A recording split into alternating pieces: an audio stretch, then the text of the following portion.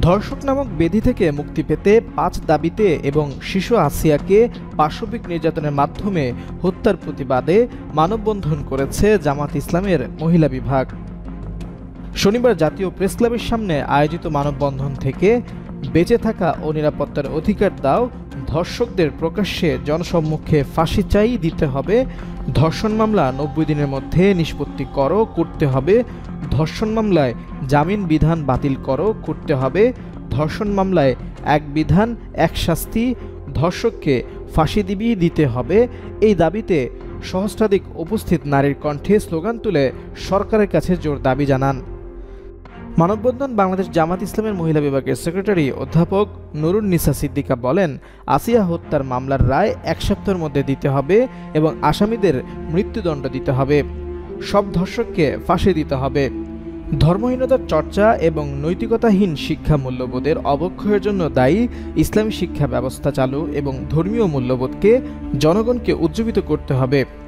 আইনের যথাযথ প্রয়োগ করতে হবে। বিচারের দীর্ঘসূত্রিতা পরিহার করতে হবে।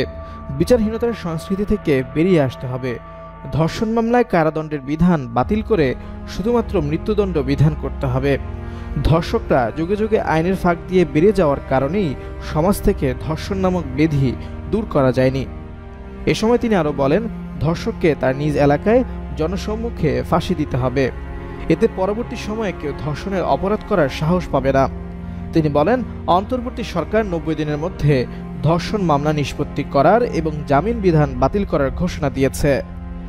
আমরা এই ঘোষণার বাস্তবায়ন চাই। শিশু আসিয়াকে শুধু ধর্ষণ করা হয়নি, হত্যাও করা হয়েছে। এই ঘটনার সঙ্গে জড়িতদের সরকারের ঘোষণা ও আমাদের ৫ দাবির আলোকে বিচার করতে হবে, নতুবা নারী সমাজ কঠোর আন্দোলনে রাজপথে নেমে আসবে। জামাত ইসলামের কেন্দ্রীয় কর্ম পরিষদের সদস্য অ্যাডভোকেট সাকিবুন নাহার মুন্নি বলেন, বিগত স্বৈরাচার সরকারের ছত্রছায়ায় ধর্ষণের ঘটনা সমাজে বিস্তার করেছে। ছাত্রলীগ নেতা ধর্ষণের সেঞ্চুরি করে মিষ্টি বিতরণ করেছে, কিন্তু আওয়ামী লীগ সরকার তার বিচার করেনি। এতেই স্পষ্ট আওয়ামী লীগ ধর্ষণের বিস্তার ঘটিয়েছে। অন্তর্বর্তীকালীন সরকারের প্রতি সমর্থনের কথা উল্লেখ করে তিনি বলেন, এই মানববন্ধনের মাধ্যমে সরকারের কাছে নারী সমাজের ৫ দাবি তুলে ধরার অর্থ হচ্ছে সরকারকে জনস্বার্থে ও শান্তিপূর্ণ সমাজ গঠনে প্রয়োজনীয় কাজ দেখিয়ে দেওয়া। সরকার এই ৫ দাবি বাস্তবায়ন না করলেই নারী সমাজকে কঠোর আন্দোলনে যেতে হবে।